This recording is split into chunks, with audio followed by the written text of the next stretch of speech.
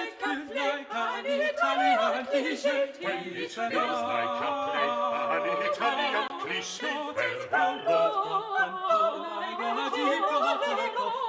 Ferraro, signor Ferraro.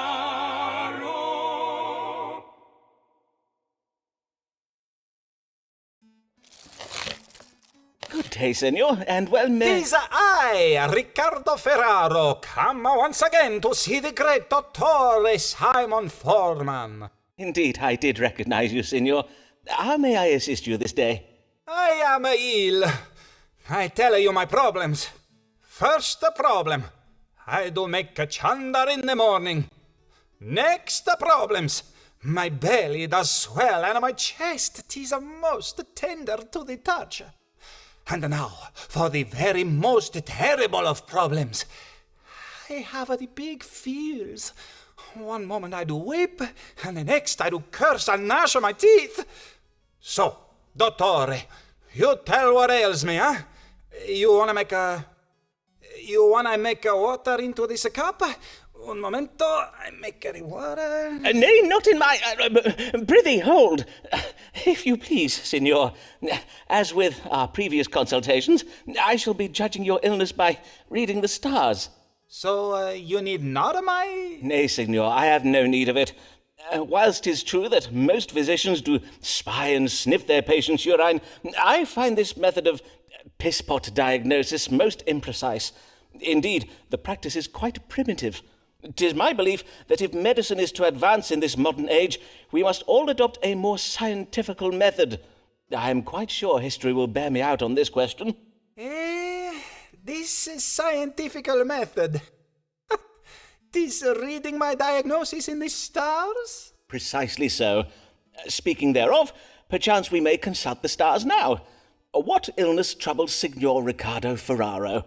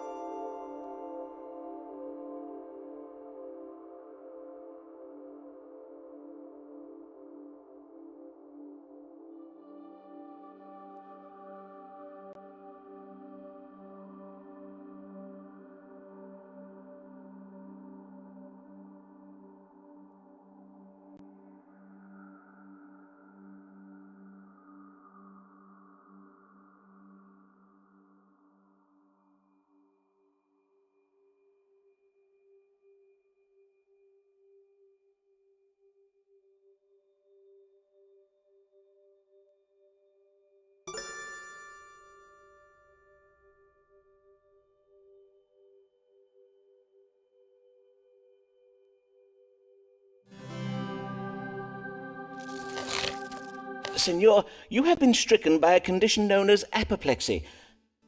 I will have my manservant bleed you from the arm, then apply beaver musk to your nose to induce sneezing, thereby drawing phlegm away from the brain.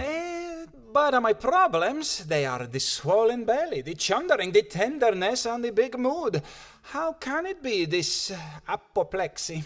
Apoplexy is an affliction of the brain which can both trick the senses and induce, large moods. The star suggests this condition was given you by a witch.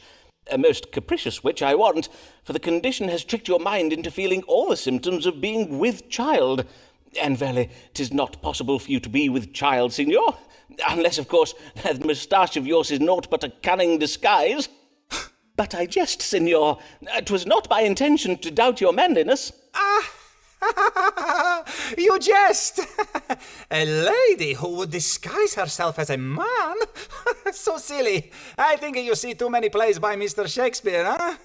Riccardo Ferraro bids you good day.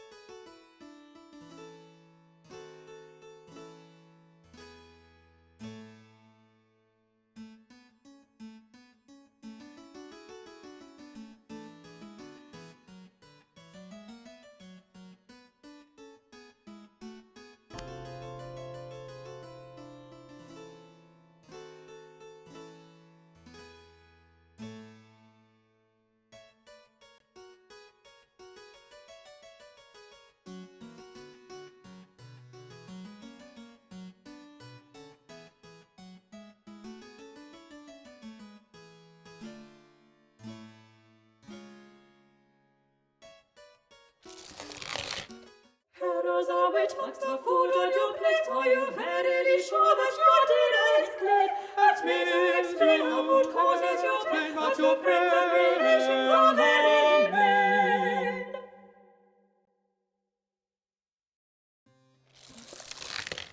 Good day, Mr. Mugg.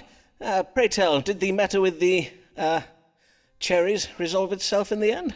Those sugar crystals you gave me did work wondrous well. Verily, Dr. Foreman, methinks you should fashion this medicine into little round pills and sell them by the score. I warrant you would make your fortune. Yes, if only I could have my querents believe that mere sugar pills were the cure for all their ills, great and small, I would be a very rich man indeed, would I not? And what may I assist you with this day, Mr. Mugg?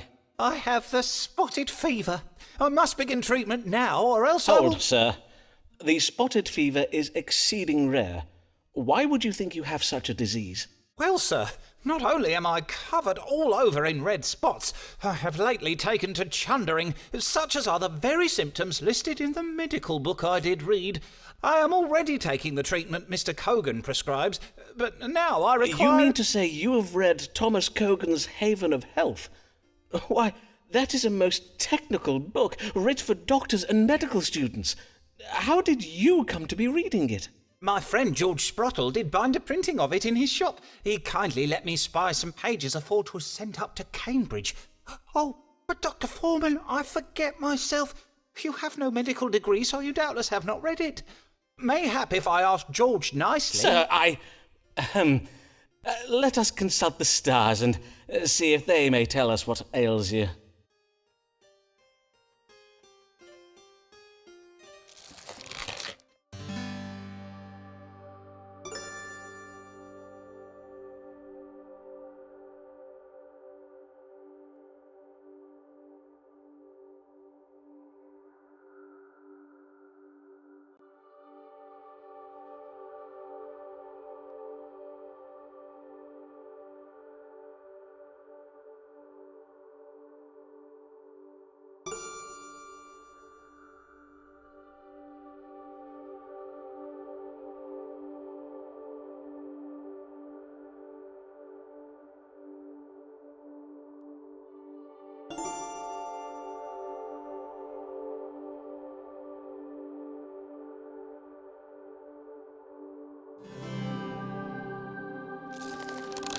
You do indeed suffer from the spotted fever, Mr. Mugg. Now, as to your cure. Aye, it does require some uncommon ingredients that I do not keep here in my chambers at present. A moment, pray, while I write this down. Here, take this recipe to your apothecary and have him make you up a preparation. Take a spoonful each morning until your red spots disappear. Ooh, ground up horns of a deer. And cinnamon, how very fine. And this red coral from the South Seas. Aye, verily. Nothing but the finest of cures for my loyal querents. It is just as well for us that I did consult Mr. Cogan's book, is it not, Dr. Foreman? On my word, my wife was very wrong to doubt him. I shall tell her you said so. One thing more, if you please, Dr. Foreman, for I feel I must give you warning. A great storm is coming. I feel it in my bones, and my bones do always speak true. You would do well to bide indoors at the first sign of wind and rain. God keep you well, Dr. Foreman.